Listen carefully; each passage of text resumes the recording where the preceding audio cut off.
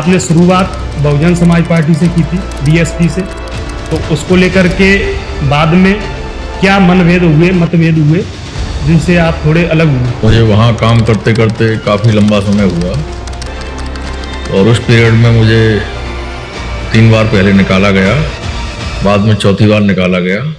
बहन जी के साथ जब काम किया तो इतना ही होता था कि बहन जी पार्टी के दिशा निर्देश हम लोगों को देती थी, हम उनके दिशा निर्देशों पे काम करते थे। जो लोग वोट दे रहे हैं उनको तमाम समस्याओं से वो लोग घिरे हुए हैं, परेशान हैं, उनको अभी तक सही मायने में एक अच्छा जीवन स्तर नहीं मिल पाया।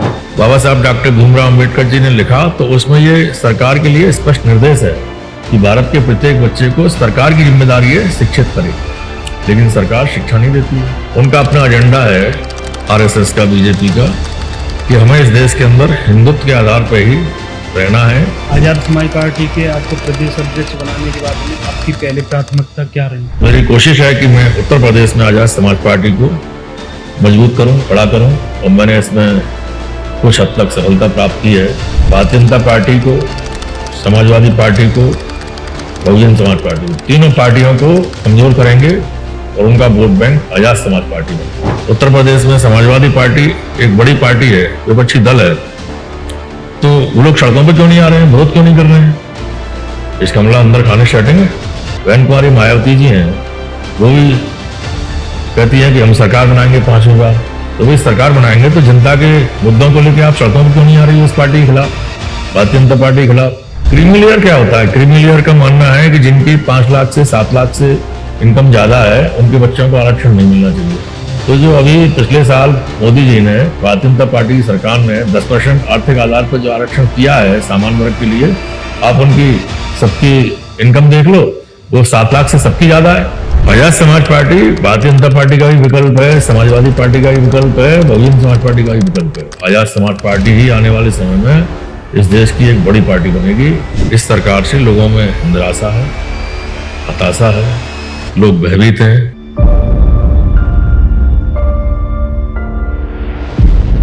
नमस्कार, मैं हूं हिमेश वेथरिया और आप देख रहे हैं लोक वार्ती पॉडकास्ट।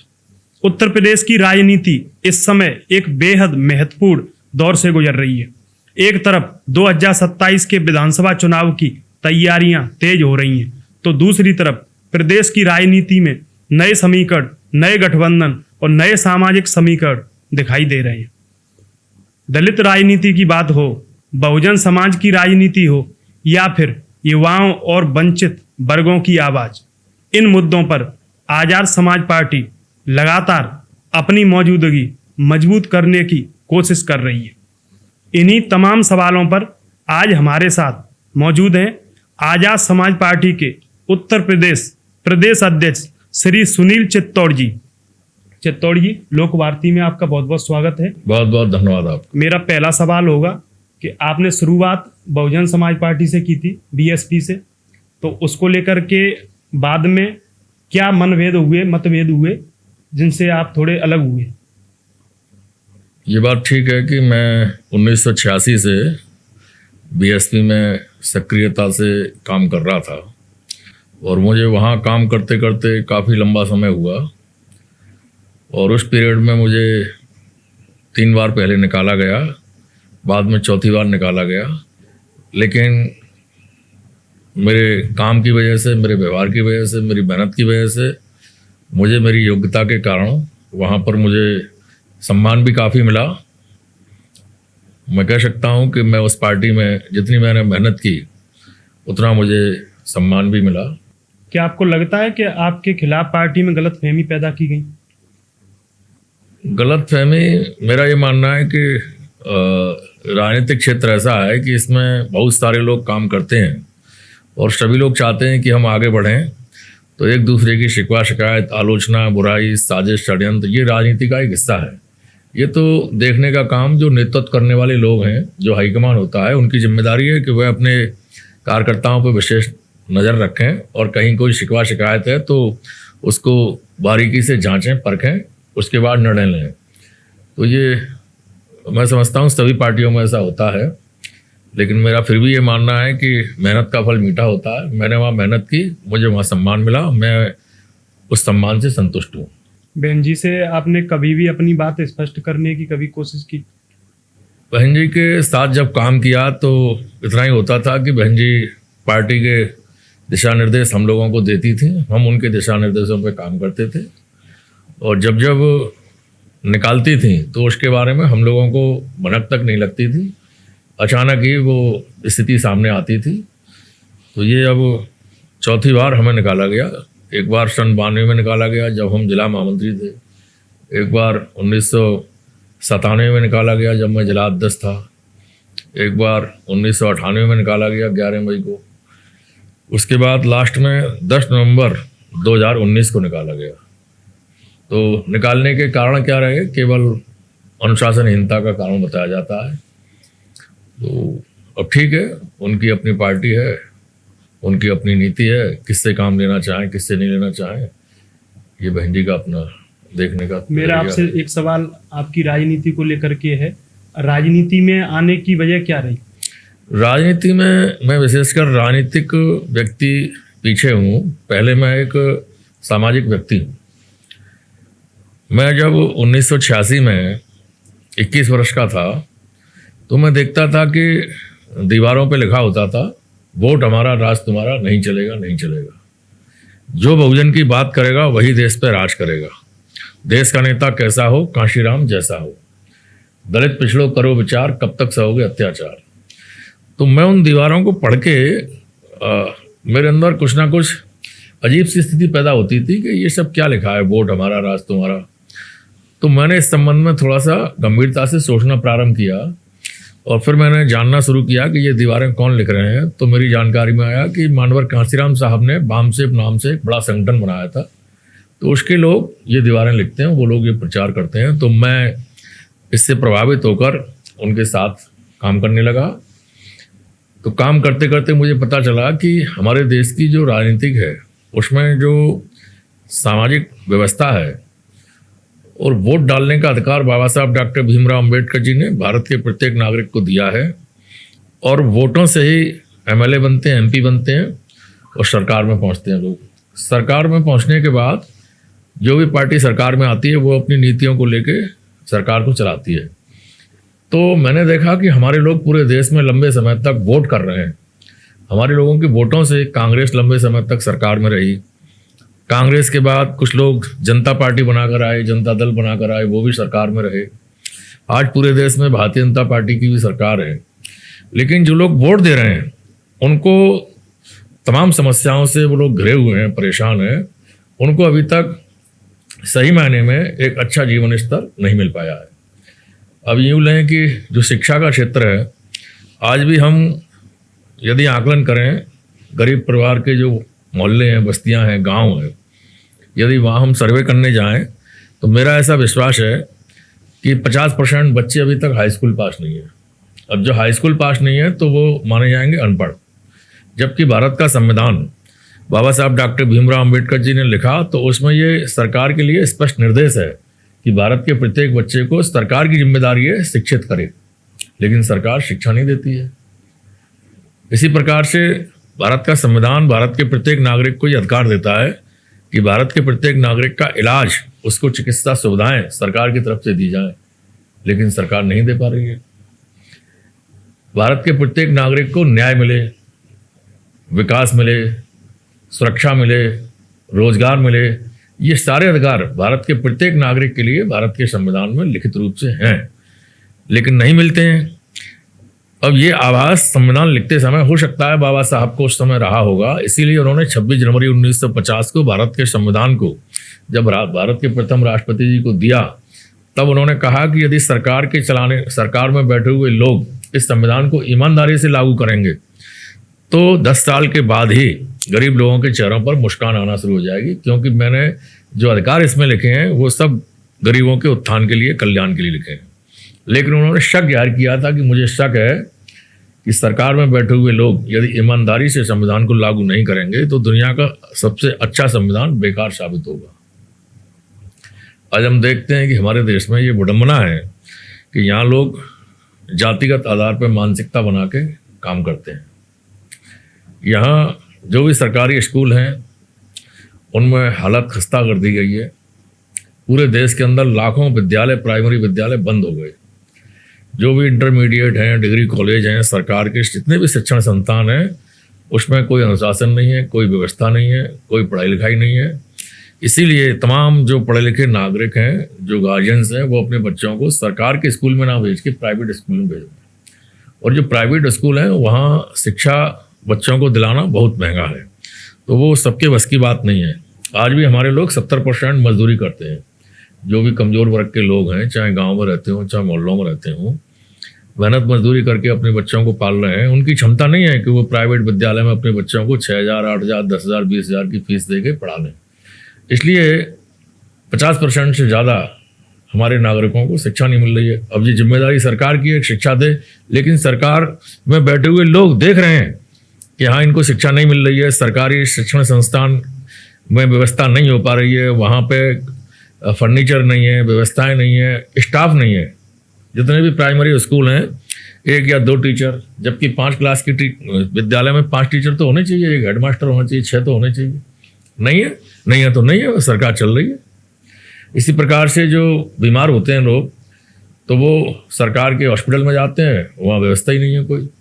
वहाँ डॉक्टर पर्ची लिख के मरीजों को पकड़ा देते हैं कि बाहर से जांच कराओ, बाहर से दवाई लेके आओ। और सरकार टीवी और अखबार के माध्यम से प्रचार करती है कि हम सरकारी अस्पताल में सबको मुफ्त दवा दे रहे हैं, अच्छा इलाज कर रहे हैं, अच्छी अच्छी मशीनें हैं।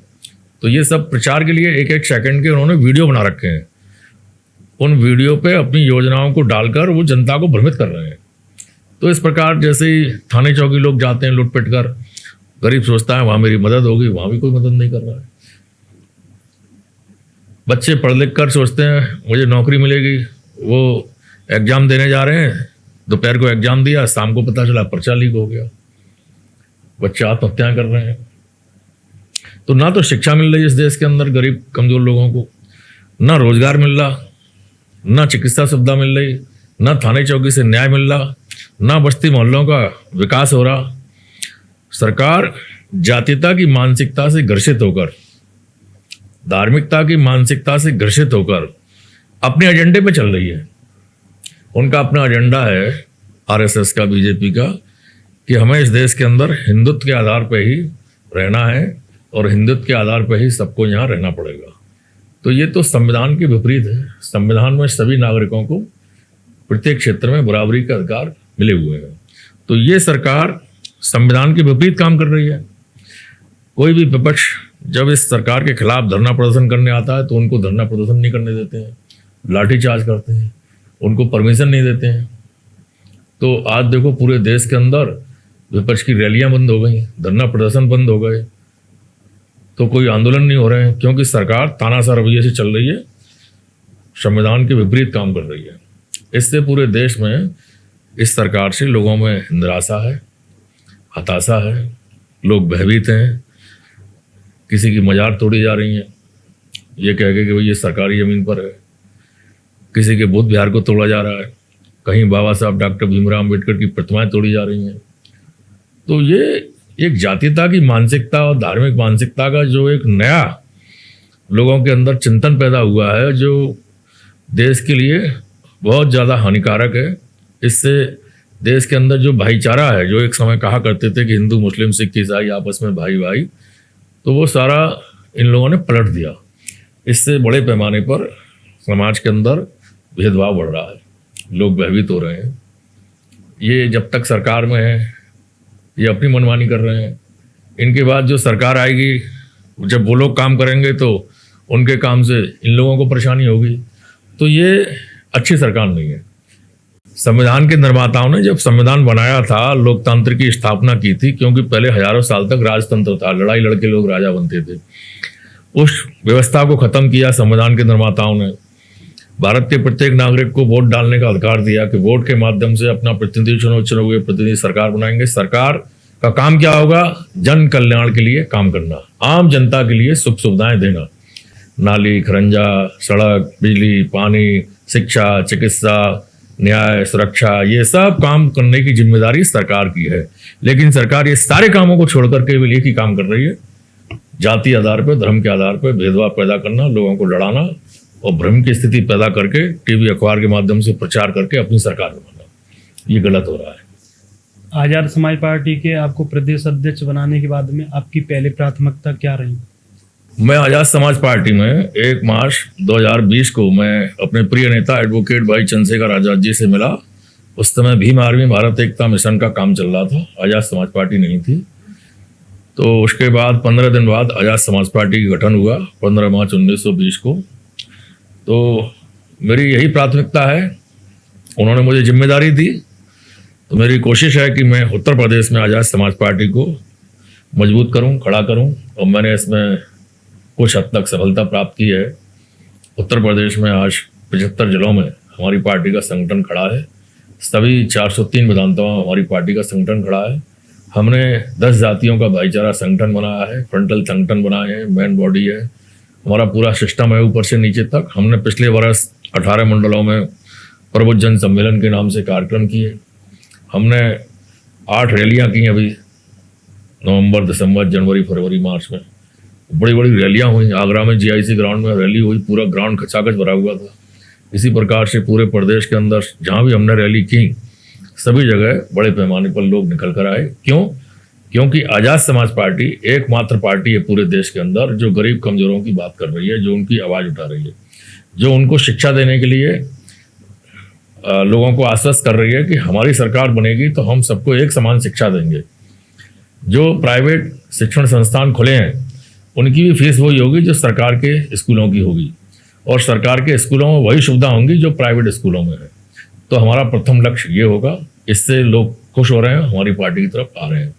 हमने दूसरा बिंदु रखा है कि जो सरकार के अस्पताल हैं उनमें और प्राइवेट अस्पताल में कोई अंतर नहीं होना चाहिए। जो भी अपने प्राइवेट अस्पताल चला रहे हैं वह उतना ही खर्चा लें जितना सरकार के अस्पताल में होता है, सारी सुविधाएं दें। तो हम गरीब कमजोर जो इस देश के अंदर लगभग 80% लोग मेहनत मजदूरी कर रहे हैं, उनके लिए हमारी पार्टी काम कर रही है, उनके लिए हम लोग आवाज़ उठा रहे हैं। हमारे प्रिय नेता एडवोकेट भाई चंद्रशेखर आजाद जी लगातार 1 महीने में 30 दिन जनता के बीच में रहते हैं। कहीं भी घटनाएं हुई, चाहे हाथरस की मनीषा वाल्मीकि बहन के संग गैंगरेप की घटना हुई, चाहे अभी वहाँ गई देहरादून से ऊपर टेहरी गढ़वाल में एक लड़के की हत्या कर दी, वहाँ लोगों को समझाने के लिए, उस परिवार से मिलने के लिए, उस परिवार को न्याय मिल सके इसके लिए मेरठ में एक बेटी को उठा के बदमाश ले गए, उसकी माँ को पीट के चले गए, वहाँ भी गए। और अभी 20 तारीख को जंतर मंतर पे पूरे दिन भर अकेले ही नेता एडवोकेट भाई चंद्रशेखर आजाद छात्रों के साथ कंधे से कंधा मिलाकर खड़े रहे, लड़ते रहे, जूझते रहे। तो ये सारी चीज़ों को वीडियो के माध्यम से, सोशल मीडिया के माध्यम से जनता देख रही है, और हमारे नेता के प्रति लोगों का बहुत तेज़ी से जुड़ाव हो रहा है, और हमारी पार्टी का जनाधार बहुत तेज़ी से बढ़ रहा है। हम लोग उम्मीद कर रहे हैं कि आने वाले असेंबली के चुनाव में उत्तर प्रदेश के अंदर हमारी पार्टी एक बड़ी पार्टी बन के उभरेगी। हम भारतीय जनता पार्टी को, समाजवादी पार्टी को, बहुजन समाज पार्टी को, तीनों पार्टियों को कमज़ोर करेंगे और उनका vote bank Azad Samaj party में है, यह हमें पूर्ण विश्वास है। और देखिए, हम लोग पहली सूची अपनी जारी कर चुके हैं। अभी हमने 3 दिन पहले 45 लोगों की सूची जारी की। दूसरी पार्टियां अभी अपना मंथन चिंतन कर रही हैं, और हम लोग अपना काम बहुत तेज़ी से आगे बढ़ा रहे हैं। तो आज़ाद समाज पार्टी उत्तर प्रदेश के चुनाव को ध्यान में रखकर पूरी तरीके से मुस्तैद है। हमारा एक एक कार्यकर्ता दिन रात लगा हुआ है। हमारी कोशिश है कि जो सरकार बने वह सरकार बिना हमारे नहीं बने, उसकी लगाम हमारे हाथ में होनी चाहिए। आजाद समाज पार्टी को आप सिर्फ आंदोलन की पार्टी मानते हैं या सत्ता की आगे चल के अधिकार है? देखिए, हम आंदोलन इसलिए करते हैं आज़ाद समाज पार्टी के माध्यम से, भीम आर्मी के माध्यम से, कि जनता को पता चलना चाहिए कि भाई देश के अंदर एक अकेला नेता है एडवोकेट भाई चंद्रशेखर आजाद, एक अकेली पार्टी है आज़ाद समाज पार्टी जो जनता के तमाम मुद्दों को, उनकी समस्याओं को उठा रही है। जब लोग देखेंगे तभी वो हमसे जुड़ेंगे, और जब जुड़ेंगे तो इलेक्शन आएगा, इलेक्शन में हमारी पार्टी चुनाव भी लड़ेगी, और चुनाव में हम लोग जीत के आएंगे तो उन सारे मुद्दों को हमारे लोग विधानसभा में उठाएंगे, विधान परिषद में उठाएंगे, जनता के लिए कल्याणकारी कार्य करेंगे। ये हमारा उद्देश्य है। आपकी नज़र में यूपी में क्या बदलाव आया है? यूपी के अंदर तो पूरा सिस्टम ही बदल गया।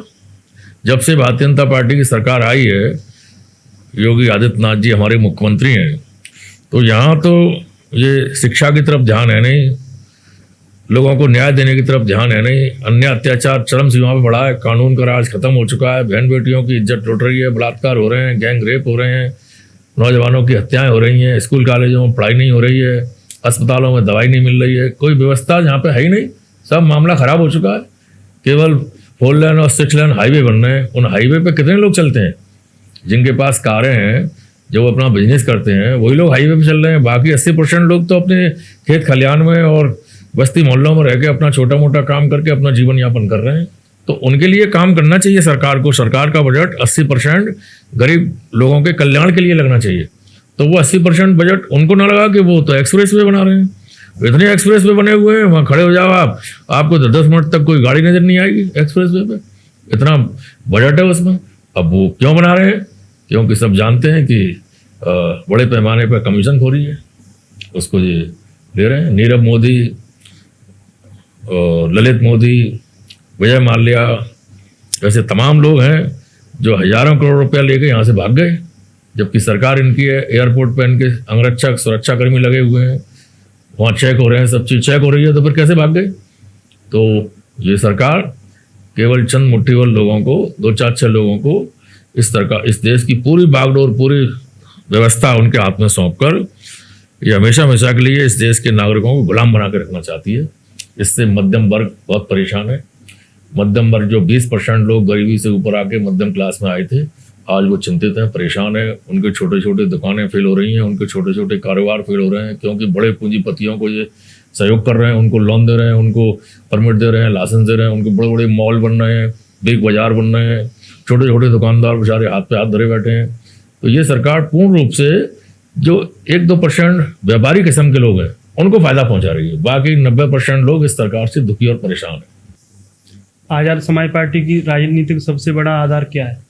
आजाद समाज पार्टी हजारों साल से जो लोग गुलामी कर रहे हैं, जिनको हजारों साल से शिक्षा नहीं मिली, जिनको सरकारी नौकरियां नहीं मिली, जिनको न्याय नहीं मिला, जिनको सुख सुविधाएं नहीं मिली, जिनको जाति और धर्म के आधार पर परेशान किया गया, ऐसे तमाम लोगों को, लगभग 90% लोगों को आजाद समाज पार्टी चाहती है कि इस देश के अंदर उनको प्रत्येक क्षेत्र में बराबरी का दर्जा मिलना चाहिए, उनको सम्मान मिलना चाहिए, शिक्षा मिलनी चाहिए, सुरक्षा मिलनी चाहिए, इलाज मिलना चाहिए, कहीं किसी के साथ जाति और धर्म के आधार पर भेदभाव नहीं होना चाहिए।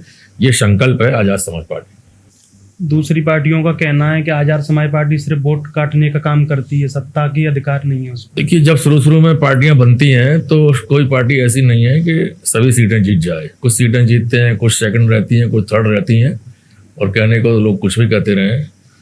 तो हमारे देश में भारत के संविधान ने सबको सुनता दी है कि कोई व्यक्ति अपनी बात कह सकता है। तो अब ये पार्टी है भारतीय जनता पार्टी, अब ये सरकार में है, इसका प्रचार टीवी चैनल कर रहे हैं, अखबार कर रहे हैं, इनके पास व्यापारी वर्ग है, बहुत पैसा है, बड़ा प्रचार करते हैं कि साहब हम पन्ना कार्यकर्ता बनाते हैं। तो वही 403 सीट में से 240 क्यों जीते? सारी सीट जीत जाते।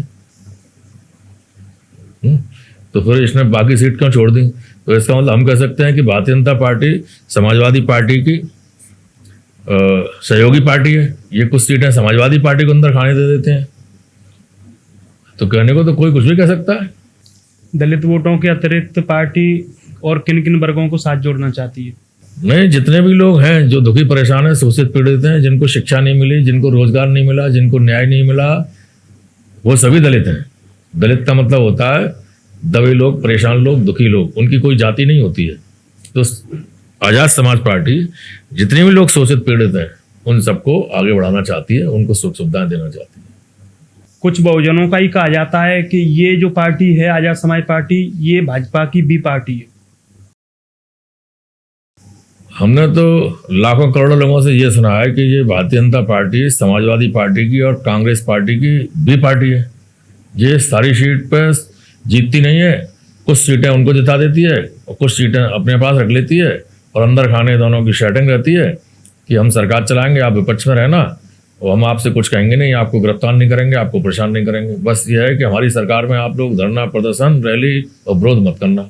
तो हम वही देख रहे हैं, वही हो रहा है। ऐसे लाखों लोग कह रहे हैं पूरे देश के अंदर कि जो भी कांग्रेस पार्टी के लोग हैं, समाजवादी पार्टी के लोग हैं, इन्होंने 22-23 पार्टी के लोगों को तो अपने घर अपने पास में ही रख लिया है, बाकी लोगों को दिखावे के लिए अलग है, लेकिन वो भी अंदर खाने नहीं के साथ हैं। पूरे देश में कोई इनका विरोधी नहीं कर रहा है। जो भी विपक्षी दल हैं, उत्तर प्रदेश में समाजवादी पार्टी एक बड़ी पार्टी है, विपक्षी दल है, तो वो लोग सड़कों पे क्यों नहीं आ रहे हैं, विरोध क्यों नहीं कर रहे हैं? इसका मतलब अंदर खाने सेटिंग है। बहुजन समाज पार्टी बहन कुमारी मायावती जी हैं, वो भी कहती हैं कि हम सरकार बनाएंगे 5वीं बार। तो भाई सरकार बनाएंगे तो जनता के मुद्दों को लेकर आप सड़कों पर क्यों नहीं आ रही हो? इस पार्टी के खिलाफ, भारतीय जनता पार्टी के खिलाफ, है? कांग्रेस पार्टी है वो भी नहीं आ रही, कोई पार्टी नहीं आ रही। केवल आजाद समाज पार्टी उत्तर प्रदेश और देश के अंदर भारतीय जनता पार्टी का सड़क पे आके विरोध कर रही है। अभी हमने 25 जुलाई को पूरे उत्तर प्रदेश और देश के सभी जिला मुख्यालयों पे आजाद समाज पार्टी का डंडा लेकर हम लोगों ने धरना किया, प्रदर्शन किए, महामहिम राष्ट्रपति महोदय को ज्ञापन दिया कि जो 20 तारीख को छात्रों पर लाठीचार्ज किया गया है उन अधिकारियों के खिलाफ एक्शन होना चाहिए, शिक्षा मंत्री का इस्तीफा होना चाहिए, और जो बच्चे पर्चा लीक होने के बाद सुसाइड कर गए 21 बच्चे, उनको 1 करोड़ का मुआवजा मिलना चाहिए। रामपुर में जो मोहम्मद अली जौहर यूनिवर्सिटी है उसको तोड़ा नहीं जाना चाहिए, क्योंकि उसमें हजारों बच्चे पढ़ रहे हैं। अगर वो टूट जाएगी तो बच्चे का भविष्य खराब हो जाएगा। उसमें कोई त्रुटियां हैं तो उसको आप प्रशासनिक लेवल पर ठीक करो, लेकिन इतनी बड़ी बिल्डिंग को तोड़ो मत। तो ये आंदोलन हमने किया और हम लोग फिर आंदोलन कर रहे हैं। 7 तारीख को, इसी 7 अगस्त को हमारा लखनऊ में इको गार्डन में फिर आंदोलन होने जा रहा है। हम लोग सड़क पर फिर आ रहे हैं। जो हमारी मंडल वीपी मंडल साहब थे, वो उस दिन मंडल जयंती है, तो उन्होंने जो मंडल कमीशन की रिपोर्टें बनाई थी उस पर हालांकि वीपी सिंह जी ने उसमें कुछ रिपोर्ट लागू कर दी, लेकिन राजनीतिक रूप से पिछड़े वर्ग के लोगों को आरक्षण मिलना चाहिए वो नहीं स्वीकार किया गया। तो हमारी पार्टी इसी मांग को लेके कि पिछड़े वर्ग के लोगों को भी राजनीतिक क्षेत्र में आरक्षण मिलना चाहिए, उनके लिए भी सीटें रिजर्व होनी चाहिए, इस मांग को लेके हमारी पार्टी 7 तारीख को लखनऊ के इको गार्डन में बड़ा प्रदर्शन करेगी, धरना करेगी। इसका नेतृत्व हमारी पार्टी के राष्ट्रीय अध्यक्ष एडवोकेट भाई चंद्रशेखर आजाद जी करेंगे। आप आजाद समाज पार्टी के प्रदेश अध्यक्ष हैं, इसके नाते मैं आपसे एक सवाल और पूछ सकता हूं। वो सवाल मेरा ये है आरक्षण को लेकर के। आजकल जो आरक्षण के विरोध में जो आंदोलन चल रहा है, इसको लेकर के आप क्या कहेंगे? अब आरक्षण की सही परिभाषा लोगों को समझनी चाहिए गहराई के साथ। आरक्षण का मतलब क्या है? आरक्षण का मतलब होता है कि एक ब्लॉक किसी के लिए सुरक्षित कर दिया जाता है, एक स्थान, कि भाई इस स्थान पर ये बैठेंगे, इस जगह पर ये बैठेंगे। तो ये तो हजारों साल से इस देश में आरक्षण चल रहा है। जैसे लंबे समय से हम देख रहे हैं कि जो राजपाट है वो कुछ ही लोगों के हाथ में है, उसमें आम जनता की भागीदारी नहीं है। जितने भी राज्यपाल के पद हैं, जितने भी मुख्यमंत्री के पद हैं, अब तक जो प्रधानमंत्री रहे, मुख्य न्यायाधीश रहे, और जितने भी हाई कोर्ट हैं उनके जो न्यायाधीश हैं, जितने भी डिग्री कॉलेज हैं उनमें जो प्रोफेसर हैं, जितने भी पूरे देश के अंदर जो सड़क हैं, जो मुख्य मार्ग हैं, जैसे आगरा का मुख्य मार्ग MG रोड है, ऐसे ही सभी शहरों में मुख्य मार्गों पर जितने भी शोरूम हैं ज्वेलर्स के, मोटर गाड़ियों के, कपड़ों के, वो सब 2-3% लोग हैं उन्हीं के पास हैं। तो हजारों साल से उन्होंने कब्जा कर रखा है। तो आरक्षण की परिभाषा क्या है? क्या आपकी नजर में अगर आरक्षण लोग खत्म करना चाहते हैं तो वो जो कहने वाले लोग हैं वो अपने आप से शुरू करें, कहना अपने आप से शुरू करें कि भाई हम ये हजारों साल से काम कर रहे थे, ये खेत खलिहान हमारे थे, अब ये इनको हम गरीबों को दे रहे हैं, ये बिजनेस हमारा था, इनको हम गरीबों को दे रहे हैं, ये मंदिर मस्जिद पे हम लोग बैठते थे, ये हम गरीबों को, तो अपना दें, सबको बंटवारा करें उसका। क्या आपकी नज़र में आरक्षण गरीबों के लिए नहीं होना चाहिए? गरीबों के लिए नहीं। भारत का संविधान क्या कहता है? हम तो भारत के संविधान के पक्षधर हैं। भारत के संविधान में सभी नागरिकों को समान अधिकारों की व्यवस्था की गई है। तो संविधान का ये पूर्ण रूप से पालन करें, उससे सभी नागरिकों को समानता मिली। बताया जाता है कि संविधान में 10 साल के लिए आरक्षण था। संविधान में 10 साल के लिए आरक्षण था, राजनीतिक आरक्षण SC/ST के लिए, लेकिन ये लोग हर साल उसको बढ़ा देते हैं क्योंकि इससे उनको फायदा हो रहा है। 131 मेंबर ऑफ पार्लियामेंट जो शेड्यूल कास्ट के, शेड्यूल ट्राइब के हैं, इनको गुलाम के रूप में मिल जाते हैं। वो चुप बैठे हैं वहां पे, कोई नहीं बोल रहा है अपने समाज के लिए। इतनी बड़ी बड़ी घटनाएं होती हैं, सब चुप रहते हैं। क्रीमी लेयर हैं उनके आरक्षण हटा देना चाहिए। क्रीमी लेयर क्या होता है? क्रीमी लेयर का मानना है कि जिनकी 5 लाख से 7 लाख से इनकम ज्यादा है, उनके बच्चों को आरक्षण नहीं मिलना चाहिए। तो जो अभी पिछले साल मोदी जी ने, भारतीय जनता पार्टी की सरकार ने 10% आर्थिक आधार पर जो आरक्षण किया है सामान्य वर्ग के लिए, आप उनकी सबकी इनकम देख लो, वो 7 लाख से सबकी ज्यादा है, तो उनको तो आरक्षण बिल्कुल ही खत्म कर देना चाहिए। 10% आबादी है जनरल कास्ट की, 10% आरक्षण दे दिया तो वो तो 100% आरक्षण पा गए, और जिनको आरक्षण की जरूरत है उनको मिल ही नहीं पा रहा आज तक। 23% आरक्षण शेड्यूल ट्राइब का फर्स्ट क्लास से लेके 4th क्लास तक की सर्विस में होना चाहिए, आज तक नहीं हो पाया। वैकेंसी निकलती है, उसमें नीचे लिख दिया जाता है उपरोक्त रिक्त स्थान के लिए यदि योग्य अभ्यर्थी नहीं आया तो इस स्थान को सामान्य कोटे से भर लिया जाएगा। तो जिसकी सरकार है उसकी मनमानी हो रही है। अगर गठबंधन हुआ तो आपकी पार्टी किसके साथ जाएगी? जो पार्टी हमारे पार्टी की विचारधारा से सहमत होगी, जो हमारे नेता के पास आके, आदरणीय अध्यक्ष जी के पास आके हमारी विचारधारा के अनुसार गठबंधन का प्रस्ताव लेके आएंगे, उन पर हमारी पार्टी के हाईकमान विचार करेंगे और जो उनका निर्णय होगा उसको उत्तर प्रदेश की इकाई पूर्ण रूप से मानेगी। क्या आप मानते हैं 2027 में त्रिकोणीय मुकाबला होने को? त्रिकोणीय मुकाबला ही होगा उत्तर प्रदेश में। एक तरफ भाजपा और उनके सहयोगी होंगे, दूसरी तरफ समाजवादी पार्टी कांग्रेस के सहयोगी होंगे, तीसरी तरफ आज़ाद समाज पार्टी और उसके सहयोगी होंगे। तो जनता देख रही है अभी बहुत तेजी के साथ आज़ाद समाज पार्टी उत्तर प्रदेश में अपना जनाधार बढ़ा रही है। और अभी हमने जो सूची जारी की है उसमें 18 लोगों को हमने शेड्यूल कास्ट के लोगों को टिकट दिए हैं, 16 ओबीसी के लोगों को टिकट दिए हैं, 10 माइनॉरिटी के लोगों को दिए हैं, एक सिख समाज को भी दिया है।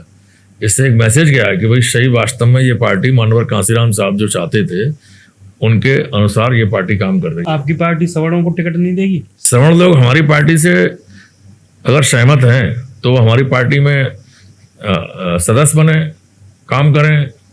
हमारे जो बहुजन समाज के लोग हैं उनका मान सम्मान और उनके हक अधिकारों की बात करें, तो हमें उनका स्वागत करने में कोई देरी नहीं। कहा जाता है, कुछ लोगों के द्वारा बताया जा रहा है कि चंद्रशेखर जी ने साफ कह दिया कि सवर्णों को हम टिकट नहीं देंगे। ऐसा नहीं है। अभी 3 दिन पहले यूपी तक की एक एंकर थी, वो दिल्ली में उनसे इंटरव्यू लेने गई, इंटरव्यू चल रहा है वीडियो में, उन्होंने साफ कहा कि भाई अभी तो हमने 45 सीट डिक्लेयर की हैं, अभी 353 बाकी हैं, तो यदि कोई हमारी विचारधारा से सहमत होकर हमारे पास आएंगे तो हम उन पर ही विचार करेंगे। बीएसपी का विकल्प एएसपी को आप मानते हैं? आजाद समाज पार्टी भारतीय जनता पार्टी का भी विकल्प है, समाजवादी पार्टी का भी विकल्प है, बहुजन समाज पार्टी का भी विकल्प है। आजाद समाज पार्टी ही आने वाले समय में इस देश की एक बड़ी पार्टी बनेगी और आजाद समाज पार्टी पूरी ईमानदारी से सभी नागरिकों की हक अधिकार की बात करेगी। सबको शिक्षा, सबको सुरक्षा, सबको न्याय, सबको विकास, किसी के साथ जाति और धर्म के आधार पर कोई भेदभाव नहीं होगा। मायावती ने अगर आपको बुलाया, आपको न्योता दिया आने का पार्टी में, तो क्या करेंगे आप? देखो ऐसा है, अब मुझे आजाद समाज पार्टी में काम करते करते 6.5 साल हो गए। अब मेरे नेता आदरणीय एडवोकेट भाई चंद्रशेखर आज़ाद हैं। जो मेरी विचार है, मेरी जो भावनाएं हैं, उनके अनुसार आजाद समाज पार्टी काम कर रही है, तो मैं अब आजाद समाज पार्टी में ही आजीवन रहूंगा। यदि बहन जी का कोई ऑफर आता है तो मैं बहन जी से भी अनुरोध करूंगा कि जो पार्टी की लाइन थी, जो विचार थे, जो नीति थी, उसी को आप लागू करें। और जितने भी नेता हैं पूरे देश के अंदर जिनको आपने निकाल दिया, जिनकी लीडरशिप बड़े पैमाने पर बढ़ी, जो 5-5, 6-6 बार विधायक बने, माननीय स्वामी प्रसाद मौर्य, माननीय रामचंद्र राजभर और अपने लोकेश प्रजापति, नरेंद्र कश्यप, इसने लीडरशिप थी पार्टी के अंदर, वो सब बहन जी ने निकाल दी, माननीय नसीमुद्दीन सिद्दीकी साहब। तो एक समय था उत्तर प्रदेश में बीएसपी का एक बड़ा जनाधार था, 33% वोट मिले थे 2007 में। आज कहीं ना कहीं नीतियों में कमी आई है, वोट बैंक घट के 9.5% रह गया। एक समय था 206 विधायक जीते थे, आज 1 विधायक है। तो अब ये माननीय बहन जी की जिम्मेदारी है, पार्टी को कैसे बढ़ाएंगी, क्या करेंगी, उनके बारे में हम क्या कह सकते हैं। कुछ पीड़ित लोगों द्वारा कहा जाता है कि एएसपी को बीएसपी से गठबंधन कर लेना चाहिए। ये कुछ ना समझ लोग हैं, अभी राजनीति को पूर्ण रूप से समझे हुए नहीं है, वो इस प्रकार की पोस्ट डालते रहते हैं। आपको नहीं लगता कि मिलकर के अच्छा चुनाव लड़ेंगे? ऐसा है ना, बहन जी चाहती नहीं है, कि बहन जी के साथ माननीय स्वामी प्रसाद मौर्य जी जुड़े हैं, एडवोकेट भाई चंद्रशेखर आज़ाद जुड़े हैं, नसीमुद्दीन सिद्दीकी साहब जुड़े हैं और तमाम जो नेता निकाल दिए हैं वो सब जुड़े हैं। बहन जी ने तो बने हुए नेताओं को निकाल दिया और निकले हुए नेताओं के साथ जो उनका जनाधार था वो सब भारतीय जनता पार्टी ने फ़ायदा उठा लिया। आज यदि हम कहें कि भारतीय जनता पार्टी को जो सरकार बनाने का अवसर मिला है तो इसमें जो बहुजन समाज पार्टी की लीडरशिप थी वो सारे लोग जब चले गए बीजेपी में तो उनके साथ उनका समाज चला गया, इसलिए आज बीजेपी का वोट बैंक बढ़ गया। क्या एएसपी कभी बीजेपी के साथ में गठबंधन कर सकती है? नहीं, कभी नहीं करेगी। ऑफर आए तो नहीं, कभी नहीं करेगी। बीजेपी की नीति अलग है, आजाद समाज पार्टी की नीति अलग है। ऐसा कभी नहीं होगा, भविष्य में भी नहीं होगा। एएसपी बिना गठबंधन के सत्ता तक पहुंच सकती है? हाँ, बिल्कुल पहुंचेगी। हम तो 2027 में नहीं, 27 में देखिए हम तैयारी कर रहे हैं 403 सीटों पर और 403 सीटों में हम तैयारी करके अपनी पार्टी को खड़ा कर रहे हैं। जितनी मेहनत हम लोग कर रहे हैं उतना हमें वोट मिलेगा। हम ये नहीं कह सकते हैं कि हम 403 सीट जीतेंगे, क्योंकि जो पार्टी 100 साल पुरानी पार्टी है वो पार्टी सारी सीटें नहीं जीत रही हैं। अभी मैंने कहा कि भारतीय जनता पार्टी की सरकार है, सारे अखबार उनके पक्ष में लिखते हैं, सारा मीडिया उनके पक्ष में लिख रहा है, तो 403 सीट क्यों नहीं जीत रहे हैं? वो 240 जीते, तो सभी सीट कोई नहीं जीत सकता है। अपने नेताजी को लेकर के क्या कहेंगे आप? हमारे नेता एडवोकेट भाई चंद्रशेखर आज़ाद 100% बहुजन समाज के लिए संघर्ष कर रहे हैं। बहुजन समाज के 6,743 जातियों में बटे हुए लोगों में भाईचारा बनाने की बात कर रहे हैं और जो हमारे मुस्लिम भाई हैं, सिख भाई हैं, ईसाई भाई हैं, बुद्धिस्ट भाई हैं, दलित हैं, पिछड़े हैं, सारे लोगों को इकट्ठा करके उन्हें राजनीतिक सत्ता दिला के उनके हक अधिकार देने के लिए काम कर रहे हैं। और इस काम के करते करते उनको जेल भी जाना पड़ा, उनको गोली भी खानी पड़ी, लेकिन बहुजन समाज के लोगों की शुभकामनाएं, मंगल कामनाएं उनके साथ हैं कि वो आज सुरक्षित हैं। तो हम चाहते हैं प्रकृति से कि उनको हमेशा वो सुरक्षित रहें और इसी प्रकार से बहुजन समाज के लोगों का नेतृत्व करते रहें। चित्तौड़ जी, अपना राजनीतिक गुरु किस नेता को मानते हैं? राजनीतिक गुरु तो हमने मानवर कांसीराम साहब के समय में काम करना शुरू किया 1986 में, और उन्हीं की जो विचारधारा थी उस विचारधारा के आधार पर हम लोग आगे बढ़े। उसके बाद में बहन जी ने नेतृत्व किया। आज उसी विचारधारा को लेकर एडवोकेट भाई चंद्रशेखर आज़ाद जी चल रहे हैं। योगी जी को लेकर के आप क्या कहेंगे? योगी जी बहुत मेहनत करते हैं। कोई मुख्यमंत्री नहीं है जो इनके बराबर मेहनत करता हो। सुबह से शाम तक पूरे प्रदेश में कहीं ना कहीं कार्यक्रम करते रहते हैं। कट्टरता को लेकर के क्या कहेंगे? हाँ, कट्टरता है, वो ठीक नहीं है। इतनी कट्टरता नहीं होनी चाहिए। प्रदेश के अंदर, देश के अंदर जितने भी नागरिक हैं उन सबकी सुरक्षा के लिए बॉर्डर पे लोग खड़े हुए हैं। जब बॉर्डर पे लोग खड़े हैं वो हमारे देश के नागरिक हैं जो वर्दी पहनकर देश की रक्षा कर रहे हैं, तो वो देश के अंदर रहने वाले सब लोगों की रक्षा कर रहे हैं। अब देश में मुस्लिम भी रह रहे हैं, सिख भी रह रहे हैं, ईसाई भी रह रहे हैं, पिछड़े वर्ग के भी रह रहे हैं, दलित भी रह रहे हैं, गरीब भी, अमीर भी, सब रह रहे हैं। तो जब वो देश के रक्षा करने वाले सैनिक बिना जातिगत भावना के, बिना धार्मिक भावना के देश की रक्षा के लिए खड़े हैं और शहीद हो रहे हैं, तो देश में राजनीति करने वाले लोगों को भी भावना ऐसी रखनी चाहिए कि पूरे देश के नागरिक सब एक समान हैं। भारत के संविधान ने सभी को समान अधिकार दिए हैं। तो मैं तो यही चाहूँगा कि जो भी नेतृत्व करने वाले लोग हैं पॉलिटिक्स में, उन सब लोगों को आम नागरिक के दुख तकलीफ को ध्यान में रख के राजनीति करनी चाहिए। अगर आपसे पूछा जाए तो आप किस नेता जैसे बनना चाहेंगे? हम तो स्वयं जो हमारी विचारधारा है, जैसे मानवर कांसीराम साहब ने जो विचारधारा 1585 की बनाई, बहुजन समाज की बनाई, और आज उसी विचारधारा को लेकर एडवोकेट भाई चंद्रशेखर आज़ाद जी चल रहे हैं, तो हम चाहते हैं कि इसी विचारधारा के तहत हम आजीवन काम करते रहें। प्रकृति हमको कभी भी गलत दिशा में नहीं जाने दे। चित्तौड़ जी, आपको आगरा की जनता भी देख रही है, पूरा प्रदेश देख रहा है और लोक भारती के दर्शक भी देख रहे हैं, इनको क्या संदेश देना चाहेंगे आप? हम लोक भारती के सभी दर्शकों को धन्यवाद देना चाहते हैं कि आप लोग अपने इस प्रिय चैनल को देख रहे हैं और इस चैनल को देखते रहें। और राजनीतिक क्षेत्र में जो लोग गरीब कमज़ोरों की लड़ाई लड़ रहे हैं, जो गरीब कमज़ोर लोगों को शिक्षा देने की बात कर रहे हैं, तमाम सुविधाएं देने की बात कर रहे हैं, जाति और धर्म से ऊपर उठकर आप ऐसे नेताओं का, ऐसी पार्टी का साथ देते रहें। लोक भारती को अपना विशेष समय देने के लिए बहुत बहुत धन्यवाद। बहुत बहुत धन्यवाद।